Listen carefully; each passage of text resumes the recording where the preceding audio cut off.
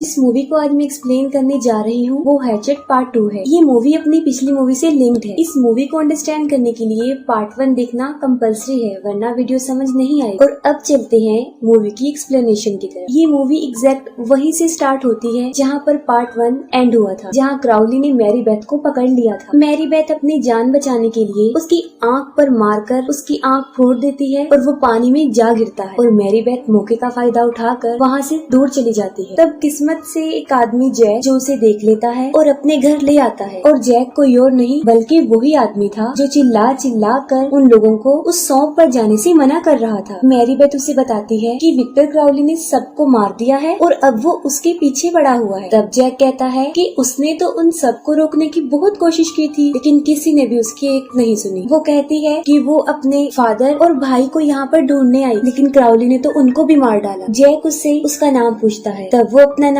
Mary Beth डेंस्टन बताती है। उसका नाम सुनते ही जैक को पता चल जाता है कि ये सैमसन डेंस्टन की बेटी है। जैक उसे कहता है कि वो उसके घर से निकल जाए। तब मैरी बेथ कुछ भी समझ नहीं पाती कि अचानक से जैक को क्या हो गया है। वो एक शॉटगन उठा लेता है और कहता है कि अगर तुम्हें आंसर चाहिए तो रेव ज़ॉम्बी के पास चली जाओ, लेकिन यहाँ से निकल जाओ। और मैरी बेथ वहाँ से चली जाती है। थोड़ी देर गुजरने के बाद जैक को बाहर किसी की आहट सुनाई देती है और वो बिल्कुल अलर्ट हो जाता है। तभी पीछे से विक्टर क्राउली आता है और उसकी आंतें बाहर निकालकर उसी से ही उसका गला घोटने लगता है। वो इतनी बुरे तरीके से, इतनी मजबूती से उसका गला घोटता है कि उसका सर ही धड़ से अलग हो जाता है। दूसरी तरफ मैरी बेथ जो सौंप से निकलकर रेव ज़ॉम्बी के पास आ जाती है। ज़ॉम्बी उस वक्त उससे कोई बात नहीं करता और उसे बाद में आने का कहता है। तब वो कहती है कि जैक ने ही उसे यहाँ भेजा है और उसने कुछ जरूरी बात करनी है, और तब वो उसे अंदर बुला लेता है। प्रीवियस नाइट उसके साथ जो इंसिडेंट्स हुए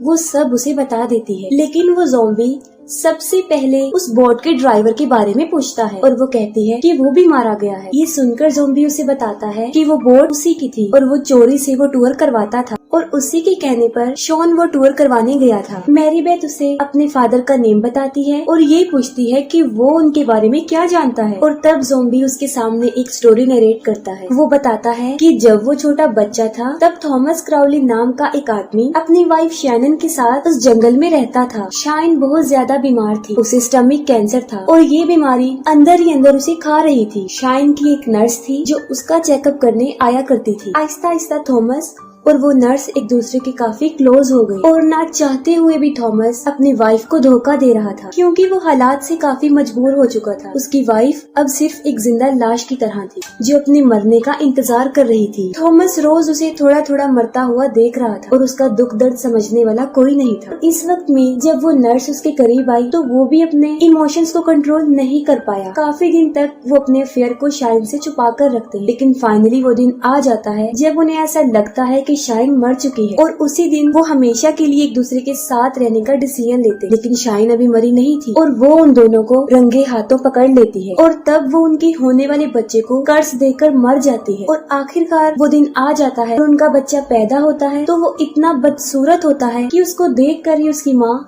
मर जाती है। हालांकि थॉमस भी विक्टर से नफरत करता था, लेकिन वक्त गुजरने के साथ साथ वो उससे प्यार भी करने लगता है, क्योंकि वो उसका इकलौता बच्चा था। और फिर हैलोवीन की वो रात आती है जब 3 बच्चों की शरारत से विक्टर क्राउली मारा जाता है और 10 साल गुजरने के बाद थॉमस की जिंदगी का भी दी एंड हो जाता है और वो भी मर जाता है। और बस उसी दिन से विक्टर क्राउली हर रात उस सौंप में अपने फादर को ढूंढता है और इस बीच उसके रास्ते में जो भी आता है वो उसे मार डालता है। लेकिन इन सब से मैरी बेथ के फादर का क्या लेना देना था। और अब एक बड़ा सीक्रेट एक्सपोज होता है और वो ये था कि विक्टर क्राउली जिन 3 बच्चों की वजह से मरा था उनमें एक मैरी बेथ का फादर था। तब मैरी बेथ ज़ॉम्बी को कहती है कि वो दोबारा से उसे वहाँ लेकर जाए। वो कहती है कि वो अपने फादर और भाई की डेड बॉडी को लाकर दफनाना चाहती है, लेकिन ज़ॉम्बी को समझ लग जाती है कि वो सिर्फ रेविंग चाहती है, जिसके लिए वो साफ इनकार कर देता है। तब मैरी बेथ पुलिस को उसके इस सॉफ्ट टूर के बारे में बताने की धमकी देती है और फिर वो वहाँ जाने के लिए एग्री हो जाता है। लेकिन वहाँ जाने के लिए भी वो एक शर्त रखता है। वो एक आदमी की डिमांड करता है जो मैरी बेथ का अंकल था। तब मैरी बेथ भी उसकी बात मान लेती है और वहाँ से चली जाती है। मैरी बेथ के जाने के बाद ज़ॉम्बी वेल ट्रेन हंटर को इकट्ठा करने के लिए कहता है, जिसमें ट्रेंट नाम के आदमी को वो स्पेशली मेंशन करता है। दूसरी तरफ मैरी बेथ अपने अंकल के पास जाती है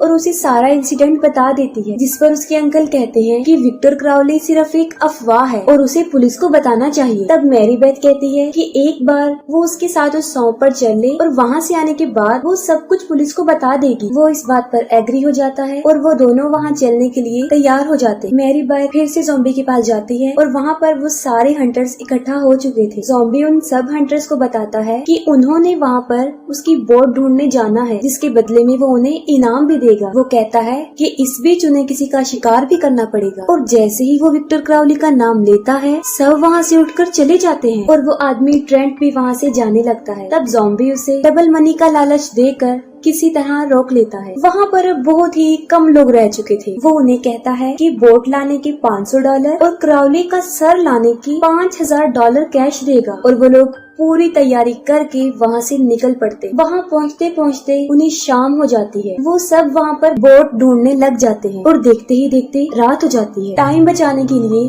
वो सब एक दूसरे से अलग होकर बिखर जाते हैं। उन लोगों में मैरी बेथ, उसके अंकल, ज़ॉम्बी, जस्टिन और वो आदमी ट्रेंट क्राउली का घर ढूंढने जाते हैं, जबकि उन हंटर्स में 2 आदमी एलिगेटर्स पकड़ने लगते हैं, क्योंकि उनका मानना था कि विक्टर क्राउली सिर्फ एक कहानी है, रियलिटी नहीं। और उसके पीछे टाइम वेस्ट करने की बजाय वो एलिगेटर्स पकड़कर पैसा कमाए। और तभी उन्हें क्राउली की आवाज सुनाई देती है और वो सोचते हैं कि शायद उनके साथ कोई प्रैंक कर रहा है। तब एक हंटर आगे बढ़ के चेक करने की कोशिश करता है और झाड़ियों में से क्राउली निकल कर आता है, जो उसे दबोच लेता है। वो हैचेट से उसे बार बार मारकर खत्म कर देता है और वो आदमी जो अकेला रह जाता है, वो बोट स्टार्ट करके वहाँ से भागने की कोशिश करता है, लेकिन विक्टर क्राउली उसे भी पकड़ लेता है और बोट के प्रोपेलर में उसका मुंह देकर उसे भी मार डालता है। दूसरी तरफ ज़ॉम्बी जस्टिन को बताता है कि उसके पास क्राउली को मारने का प्लान है। वो उसे बताता है कि क्राउली के मरने में जिन 3 बच्चों का हाथ था, उनमें एक था मैरी बेथ का फादर, दूसरा उसका अंकल और तीसरा वो आदमी ट्रेंट, जिसे वो डबल मनी देकर यहाँ पर लाया था। मैरी बेथ के डैड को तो क्राउली ने मार डाला और जब वो इन दोनों को भी मार डालेगा तब उसका रेवेंज पूरा हो जाएगा और क्राउली का ये चैप्टर यही क्लोज हो जाएगा और वो सौंप फिर से खुल जाएगा और उसका टूर का बिजनेस फिर से कंटिन्यू हो जाएगा। ये सब कुछ वो काफी देर से सोच रहा था और आखिर उन्हें विक्टर क्राउली का घर मिल जाता है, लेकिन वहाँ पर कोई डेड बॉडी नहीं होती। मैरी बेथ के भाई और उसके फादर की डेड बॉडीज भी वहाँ से गायब थी। उन लोगों के साथ आए हुए एक लड़का और लड़की लेटन और एवरी बाहर होते हैं और तब एवरी को पता ही नहीं चलता, क्राउली लेटन का सर ही काट देता है, लेकिन जब तक उसे पता चलता काफी देर हो जाती है और क्राउली उसे भी मार डालता है। उन हंटर्स में जॉन और वर्नॉन को झाड़ियों में से किसी की आवाज आती है और तब वो दोनों चेक करने जाते हैं और तब क्राउली एक बड़ी सी चेनसो उनके सामने लेकर आ जाता है और पहली ही बार में दोनों को बीच में से काट कर उनके 2 टुकड़े कर देता है।